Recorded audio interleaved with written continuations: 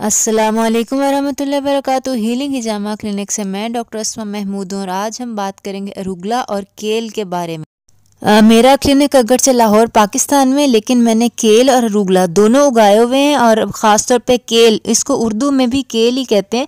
ये आपको नॉर्मली जो इसकी वैरायटी मिलती है वो ऑर्नामेंटल केल यानी कि जो डेकोरेशन के लिए होती है वो नर्सरियों से मिलती है, लेकिन खाने वाली जो केल है उसकी बीज आपको स्काई सीड्स के ऊपर से आराम से मिल जाएंगे। जो केल है उसकी मुख्तलिफ़ किस्म की अक़साम है।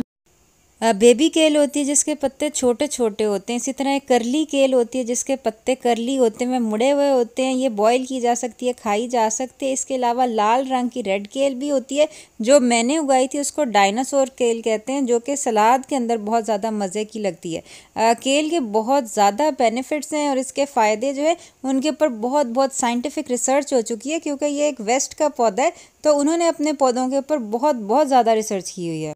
और इसके अक्सर फ़वाइद जो हैं वो इसमें मौजूद विटामिन सी की वजह से होते हैं और एंटीऑक्सीडेंट्स, फ्लेवोनॉइड्स, पॉलीफिनोल्स उसकी वजह से होते हैं, जिसकी वजह से ये कैंसर में भी बहुत ज़्यादा फ़ायदेमंद है और इसके अलावा बहुत सारी बीमारियों में, आंखों के लिए, ऑटोइम्यून डिजीज़ के लिए बहुत ज़्यादा फ़ायदेमंद है। बहरहाल ये कि चूँकि ये यहाँ का पौधा नहीं है तो इसको उगाने के लिए बहुत थोड़ी मेहनत करनी पड़ती है। इसको नॉर्मली जनवरी के एंड या फरवरी के अंदर अगर आप बीज बो दें तो आपके पास कोम्पलें जो है वो निकल आती हैं, जो कि नॉर्मली है, क्योंकि अप्रैल में, मई में मौसम गर्म हो जाता है तो गर्मी में ये जो केल के पत्ते होते हैं ये जो होते हैं मुरझा जाते हैं।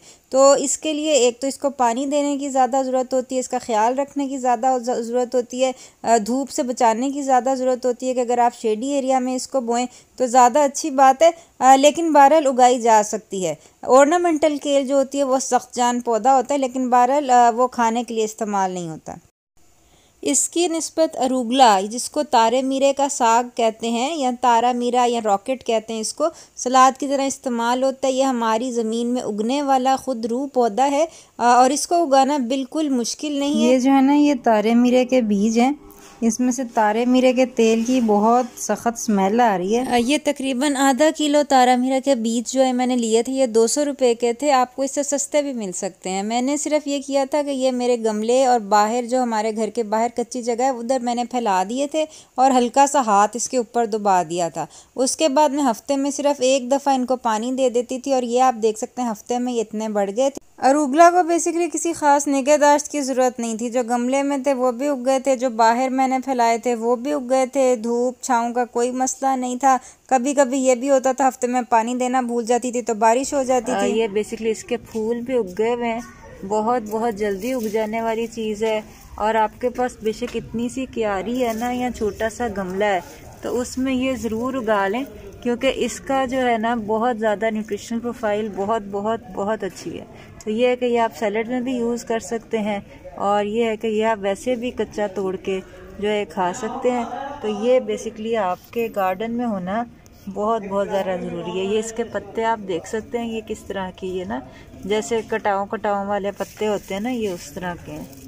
और फ़वाइद में अगरचे इसके फ़वाइद भी, इसके अंदर भी बहुत सारा विटामिन सी और इसके भी बहुत सारे फ़वाइद हैं, लेकिन इसके ऊपर रिसर्च अफसोस के साथ मुझे कहना पड़ता है बहुत कम हुई है।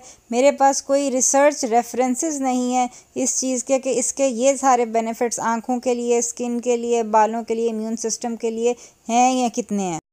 बहरहाल USDA का जो फूड चार्ट है उसके अंदर से मैंने ये कंपेयर किया है। तो अगर आप अरुगला और केल को कंपेयर करें तो अरुगला के अंदर यानी तारे मीरे के साग के अंदर आयरन भी ज़्यादा है, फास्फोरस भी ज़्यादा है, मैग्नीशियम भी ज़्यादा है, पोटेशियम भी ज़्यादा है, इनफैक्ट विटामिन ए भी ज़्यादा है केल की निस्बत।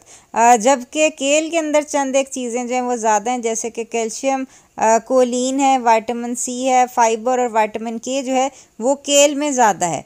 ये बेसिकली ना असल में ये इस पर भी डिपेंड करता है कि आपकी ज़मीन के अंदर कितने न्यूट्रिएंट्स हैं। अगर आपने अच्छी ज़मीन में, खुली ज़मीन में उगाए हुए हैं तो जाहिर सी बात है न्यूट्रिशन प्रोफाइल आपके पौधों की ज़्यादा बेहतर होगी। तो बेसिकली अगर आप पाकिस्तान, इंडिया में हैं तो अरुगला आप आराम से उगा सकते हैं। हफ्ते भर में 10 दिन में उग जाता है और ये पोटेशियम का बहुत अच्छा सोर्स है। ख़ासतौर पर जो कीटो डाइट कर रहे हैं, वेट लूज़ कर रहे हैं, उनके लिए पोटेशियम जो होता है वो रिप्लेसमेंट बहुत ज़रूरी होती है। और अगर आपको डिटॉक्स मकसूद है तो फिर विटामिन सी का रिच सोर्स जो है वो केल है। इसको उगाना मुश्किल है लेकिन बहरहाल उगाया जा सकता है। बहरहाल केल हो या अरुगला हो, दोनों के अंदर सल्फोराफेन जो है वो बहुत मिक़दार में पाया जाता है। और सल्फोराफेन जो है वो एक ऐसी चीज़ है जो कि एंटी कैंसर है और कैंसर जैसे मोज़ी मर्ज़ से और इसके अलावा बहुत सारी बीमारियां जैसे आँखों की बीमारियों के लिए लुटीन वगैरह चाहिए होता है, कोलिन चाहिए होता है, वो तमाम चीज़ें अरुगला में और केल दोनों के अंदर मौजूद हैं।